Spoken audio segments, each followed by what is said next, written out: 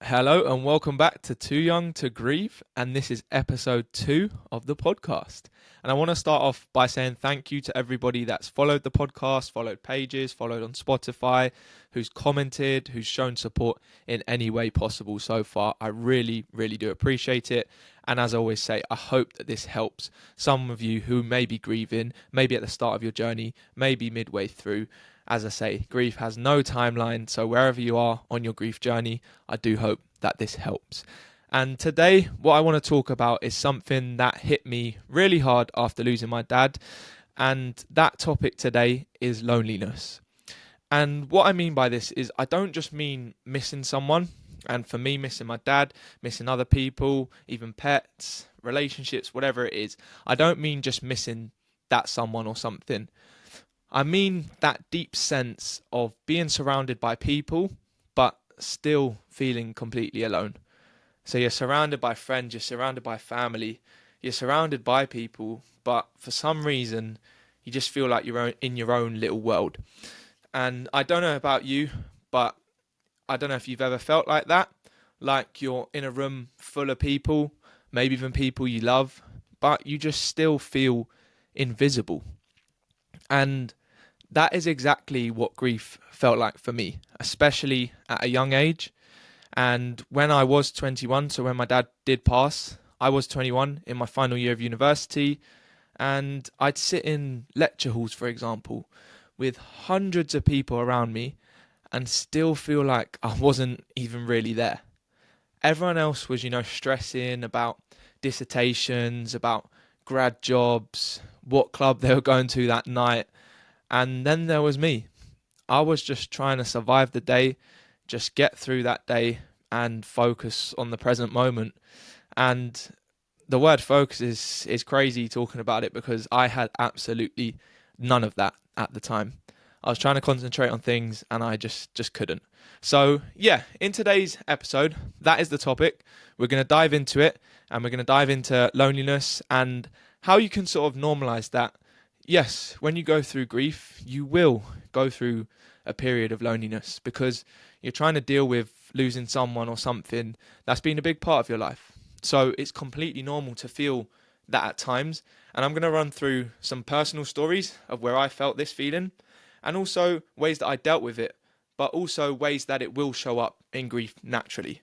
So without further ado, let's dive into it. And I'm going to start by telling you a few of the personal stories of loneliness that I experienced in my grief journey. And the first one that I can remember was sitting in my university room in final year.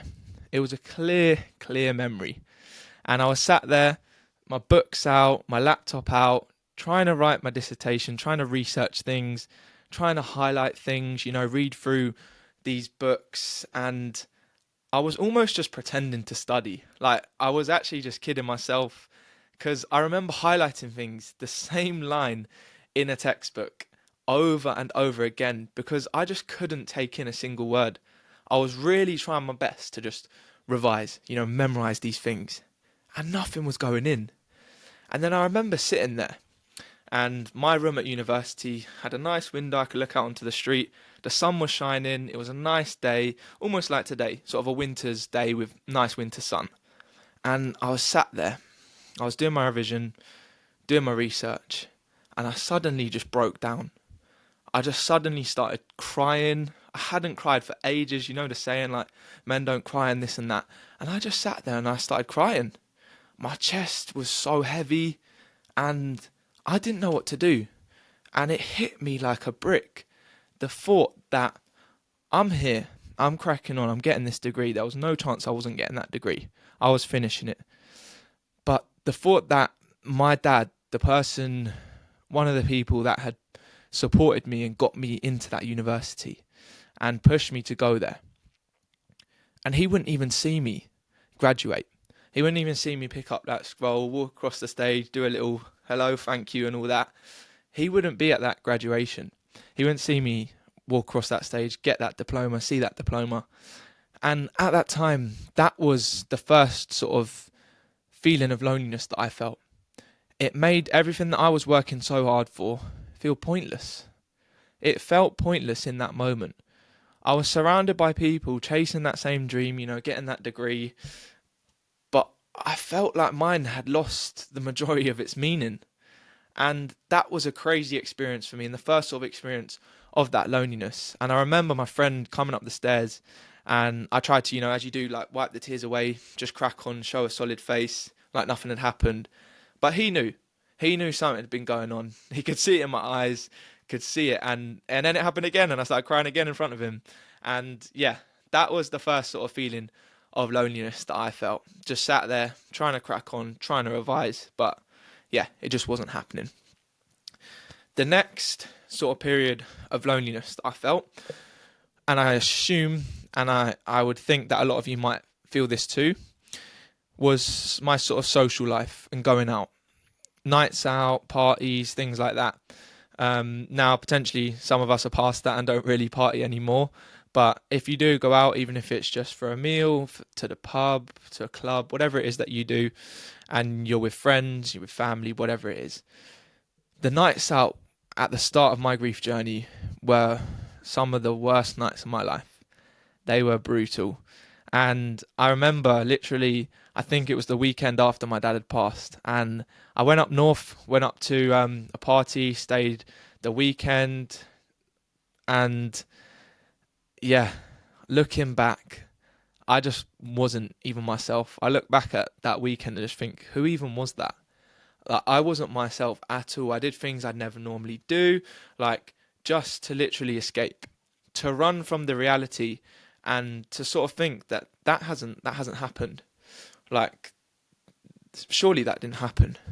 And everyone, the funny thing was, everyone else had a great time, of course. Thought it was just a fun weekend. But really, for me, that weekend showed me that I was falling apart inside. I'd never felt so lonely in my life, even though I was surrounded by so many people that were there to support me at the time. And the saddest part for me was that no one really saw it because they didn't at the time understand, and by no fault of their own.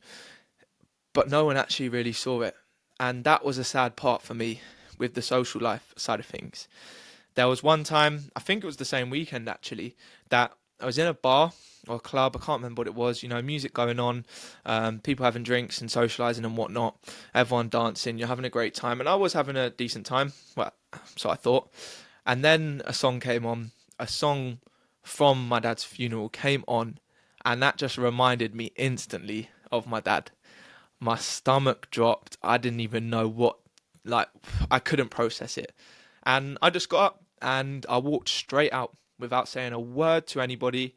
Nobody noticed, nobody followed. Not that I'd expect them to, but I didn't really want them to. I just wanted to be on my own after hearing that.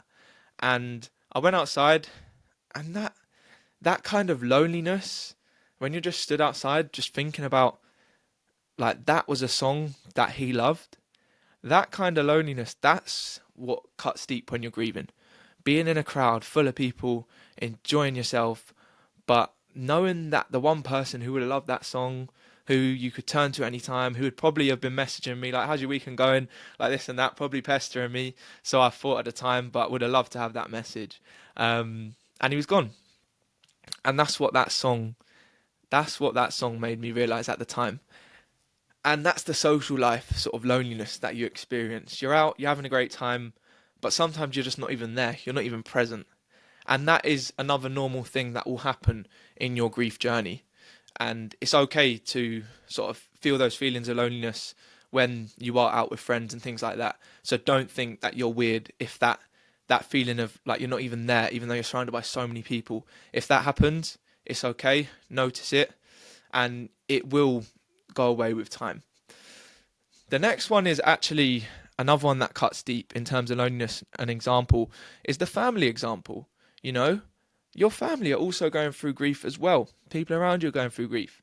And what it is when you spend time with them at important occasions. So Christmas of that year was honestly one of the hardest experiences and days of my life. Honestly, the table was full, the food, the people, the games, all this. You're trying to really just have a great Christmas. But there was one chair that was empty, and there was one person that wasn't there. And it was so raw, and it was just, it wasn't just the silence of that chair being empty. It was, trying to force laughter, pretend everything was fine, when in your heart and your head, it just isn't the same. And it just wasn't. And it was looking around at all the people that you love and still feeling that feeling of emptiness, that feeling of hollowness inside. And that's a different kind of loneliness. Not being physically alone, because people are there with you, but feeling a presence missing so much and so deeply that just the whole room feels flat. The whole room feels empty, just because that one person just isn't there. And yeah, it's just family moments, and Christmas in particular was a tough time and a feeling of loneliness for that reason I mentioned. And this kind of leads on to the last couple of points that tie together in regards to this loneliness aspect of grief. And it's the masking as well. And what I mean by that is, I think when you're going through a grief journey and you're at the start of it in particular, when you're young, you try and just crack on with it. You don't want people to see. You wear a mask. And anytime I ask you how you are or how I was, anytime someone asked me that, I'd reply automatically, yeah, I'm fine. I'm fine, I'm cracking on. You just crack on, you keep going. And I said it so often, it almost felt like muscle memory, and deep down I knew I wasn't fine. I started feeling things and emotions, and physically as well, because it impacts you physically, grief. I started feeling these things that I never felt before. But saying the complete opposite, otherwise it felt like too much. People would start asking me questions, oh, how are you really? Like, oh, why'd you? And I just didn't want to deal with it. So I ended up masking it. And a lot of people who go through their grief journey and someone asks them how they are who potentially hasn't experienced grief, and that's a big thing for young grievers, because a lot of the people around us haven't potentially been through grief. So when someone asks us how we are, we, one, don't want to, put a downer on the mood, and two, we don't really want to share because we don't feel like that our friends would even understand it. And as a result, we just wear that mask, and it gets heavy because you don't want to drag others down. I didn't want to make people uncomfortable, but wearing that mask every single day or every time, you meet someone out is one of the most isolating things that you can do on your grief journey, as I've realised now, because nobody ever gets to see the real version of what you are carrying. And I think it's good for us as young grievers and people going through grief to understand that you are carrying a lot. You are carrying a lot. There's a life before grief and a life after grief. And the life after, it's a lot to carry. Carrying that loss can weigh on you. So it is good to speak to people and not wear that mask. But I understand, because I did it. Early in the journey, you do tend to wear that mask. And what does that mask leave you? It leaves you feeling lonely and isolated. It leaves you pulling away. For me, that mask got so heavy that I just stopped showing up. And there'll be group chats popping off, people speaking, people going out, meeting up on the weekend or whatever. And I would end up dodging invites, making excuses.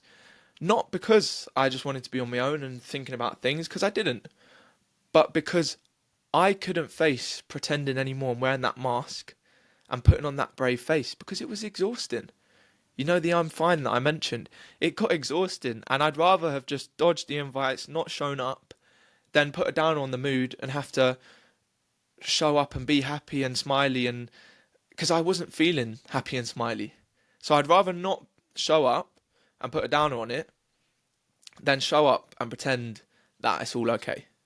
So that's where that loneliness comes in, because the more you withdraw, the more I withdrew, the lonelier it got.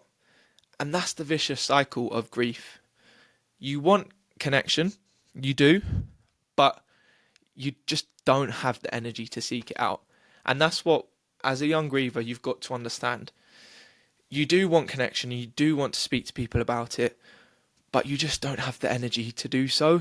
And that's fine, because it takes a lot out of you. Loss, grief, takes a lot of your energy out of you. And that's what you've got to understand. So what I want to talk about next is why this loneliness actually happens. So why does grief feel so lonely? Of course, we've lost someone that we love, so that's obviously an obvious reason. But in terms of for young grievers in particular, most people our age haven't been through grief. And these people, your friends, people around you, similar age, they care so much and they care so deeply about you. I saw it in my friends, how much they showed up for me when I was in my early stages of grief. And I'm forever thankful for that and to them. But these people, they care deeply about you, but they still don't get it, unfortunately. And in a way, fortunately, because I'd never want any of my friends to go through such a thing at such a young age. But they just don't get it, unfortunately. And that gap in experience of grief and loss makes you feel like a lot of the time that you are just on a completely different planet and you're just in a world of your own, essentially. So when you're in that world of your own, you do feel lonely because there's times where you might be out with friends having a meal or out at a party or New Year's Eve or whatever it is. And, at points you're loving it. But there's other points where you're just still so early in your grief journey that you just start thinking randomly. A thought comes into your head and you just disappear. Like your head just goes and you're just not with it. And your friends sort of might not understand that because they haven't been through it. And then you're just sort of there trying to get through it and go through the night and whatnot. But your head's just in a completely different world. And that's the tough part about grief because people don't understand that it's not just a 1, 2, 3 month, 6 month thing. Grief just stays. Yes, it gets easier to deal with, but it stays. And although friends might check in a lot at the start and as you would, over time, obviously, naturally, the check-ins and the understanding does start to you sort of just forget about it. We all have a busy lives. Our friends have busy lives, and potentially might not remember, this guy's still going through grief, I know it's been 6 months, but he is still going through it. And he's going to have those periods where he's just going to go and his head's going to go. He's not going to think about it. And that's the part which is so difficult, makes it so lonely because people think you're just, better, but you're still trying to manage everything that comes with grief. The second thing is that loneliness happens because life just keeps moving, For example, university deadlines, when I first went through grief, I had to, just crack on and get my dissertation done. I had to get all the exams done, They can't move stuff around for you. Of course, at the start, they can give you a little bit of leeway, but you've still got to get it done, essentially, unless you want to redo the whole year. Work deadlines, if it's 1, 2 years later, or if you're experiencing grief when you're working, your mates talking about their careers, their relationships, their holidays. Meanwhile, you're just absolutely frozen in time. You don't know what day of the week it is. I kid you not, I was in a period of that for like 6 months to a year. I didn't know what date it was. I didn't know what the year was. I didn't know what was going on. And it's like the world is just moving at full speed constantly, as it does. The world just keeps going on. It's not going to stop for you. But you're just standing still. Even though you're still going, you're still doing things, you're still plodding along, you're just stood still in your own world, really, when you go through grief. And that can be lonely because people crack on and you're just stuck there thinking about the person that you've lost. You haven't got a single thought in the world about, where's your career going, where's your job, where's your relationships going, your holidays, this and that. You're just thinking, I still can't believe that person's gone. And that's another thing that makes it lonely because you just have to keep going, even though grief sticks with you for a long, long time.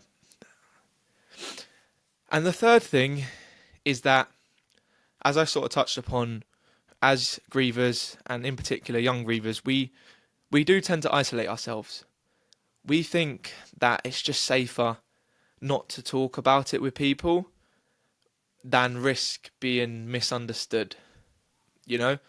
I heard someone told me the other day that my friend only just recently realised and understood me a bit more and how I'd been dealing with grief and why I'd been doing certain things and potentially acting a little bit different over the last few years, only recently when they understood someone else going through it.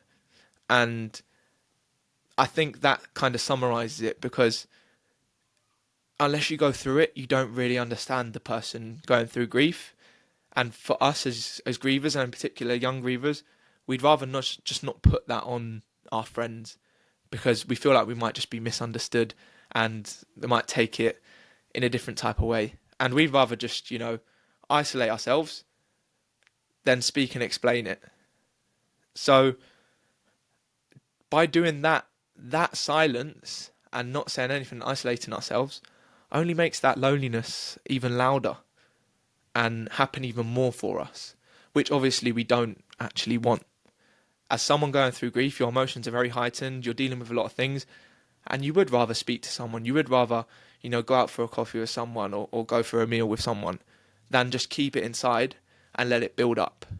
So those are sort of three reasons that I noticed and have seen myself in other people going through it, why that loneliness occurs in the initial stages and throughout the grief process.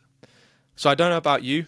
Do you relate to that as someone else going through grief, where staying quiet feels easier than trying to explain something that you can't even put into words, and that you feel that as younger people, other younger people who haven't been through it aren't going to get anyway, so you'd rather not? If you do, then feel free to comment it below, but just answer that question in your own head as well and have a think about it. But that's why loneliness shows up in so many different layers: social, emotional, even physical. As I always say, grief isn't just an emotional or mental thing, it also impacts you physically. And it's not just about being alone, like I say. It's about feeling cut off from that life that you used to know before loss and before the grief journey, and that completely different life after it. So I don't want to just talk about loneliness. I don't want to just talk about how these things can make you feel. Because as I always say, and as I want you to get to know through this podcast, for me now, 4 years into my grief journey, grief is not the end. And it is just the beginning of your new journey. So here are some things for me personally, and some things that you could potentially relate to and use yourself. Some things obviously you might not, some things you might be able to.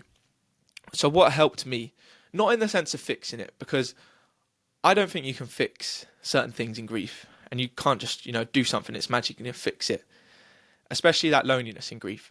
But you can make it lighter and easier to carry. And that's what I definitely believe happens in grief. So for me, and the reason that I've started this podcast, was that for me, I used to love going for walks and just putting on a podcast and almost using it as a lifeline, because hearing someone else's voice and some other people that had been through what I'd been through, yes, potentially not the same age and not as young as I was, but knew about grief, had knowledge in the grief topic, and had been through things themselves, even if it wasn't about grief, these podcasts just made me feel like I wasn't completely on my own. And when I was potentially isolating myself, hearing that voice or hearing a certain phrase or what someone would say about grief, I'd be like, yes, I relate to that. And I'd hear a phrase that put words to what I was actually feeling and made me understand and feel seen and heard during my grief journey. Even though I couldn't get that from potentially people around me, I could hear it through the podcast. And that's a big reason why I've started this podcast, because there wasn't one specifically for young people, but the podcast in general helped me massively. So that's one thing that really helped me. So I hope that this podcast personally and other ones out there help you. Another thing for me was keeping on top and keeping doing things and hobbies or sports that potentially me and my dad had a good relationship over and he would support me a lot on. And for me, that was football. My dad would come to every single game. He would come to training if I let him. A lot of the time I didn't, but he would want to. And football for me was another outlet. For 90 minutes, I wasn't the guy who'd lost his dad. I wasn't grieving. I wasn't thinking about things. I was just a player. I crossed that white line and I started playing. And it gave me that sense of normality again. And I've always thought about things and whether I'd continue football or whether I'd just, sack it off because it was something that me and my dad had such a close bond over. But my recommendation to any young people going through grief, if you did something, whether it was a sport, whether it was another hobby like painting, whatever it is, if you did something like that with the person that you've lost and you're grieving, I recommend you keep doing it. Because to this day, I still play football. And every time I step on, I love it. Because I know that my dad would be watching over with a smile on his face, seeing me still doing the thing that he loved watching me do. So do those things that you still cherish and you love doing with the person you lost. Because as much as it might be a little bit more difficult at the start, over time you'll be so happy that you continued doing it and just didn't just stop because you lost that person. Another thing for me as a fitness coach as well was exercise. And it didn't have to be, crazy HIIT workouts, even just walking. It gave me that space to release some of that weight in my body because, like I say, grief isn't just emotional, it's physical as well.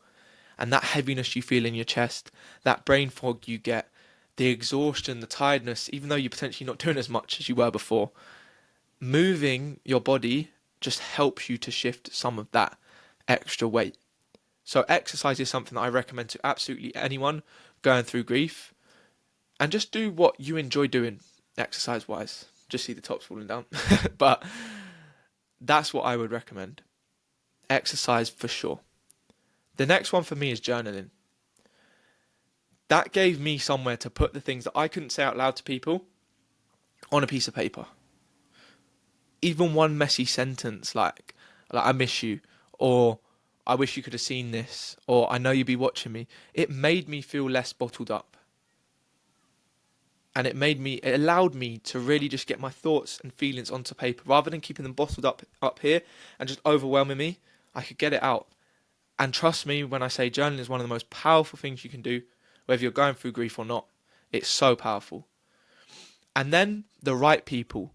The right people will help you on your grief journey so much. Not everyone, can stick around for the whole journey non-stop, and no one can. But the one or two people that constantly check in and stick with you, who didn't need me to explain anything. They could just sit with me in silence, go for a walk with me, talk about random stuff, didn't have to say, about a lot of things, but just be there with you. Those people helped me more than they'll ever know. Those people, I don't need to name names, but they'll know who they are. They helped me so much on my grief journey, especially at the start of it, when I didn't understand what was going on. I didn't know how to process things. And I am forever grateful to those people. And if you can find the right people for you that you can talk to and turn to and just sit in silence or have a chat with, go for a coffee with, whatever it is, then those people help you massively as well with that loneliness feeling. And if you're listening to this, maybe for you it's not football. Maybe it's not journaling. But like I say, maybe it's something else. Maybe it's painting. Maybe it's therapy. Or even just listening to this podcast or other podcasts. Whatever it is, don't feel like it has to fix you, as people say. The point of these things is just to find something that makes the weight feel a little lighter. And that's all I want you to take from that, is it makes it a little bit lighter and easier to deal with. It's not necessarily going to fix it or make things go away or get back to normal, but it just makes it a lot easier to deal with and carry. So for me, here's what I've learned to summarize about loneliness and grief. It's normal. It is normal. You are going to feel it, but you're not broken. It's just your body and your mind telling you, I just need a little bit of time just to have some thoughts to myself, and I will get back to normal. I will, start going out and seeing people a bit more. But right now, I just need a bit of loneliness time just to process things, just to reset, recharge. And then when I'm ready, I can go out and do these things again. Loneliness doesn't mean you're unloved. It doesn't mean that people don't want to help you or see you through it. It just means you're carrying something, especially for you young people listening, that most people your age haven't experienced yet. And most young people don't experience grief until a lot later in their lives. And like I say, it doesn't mean you're unloved. They just potentially don't understand it, don't get you, or don't get what's going on, and they don't know what to say or don't know what to do. And again, that's fine. It doesn't mean that you're unloved in that grief journey.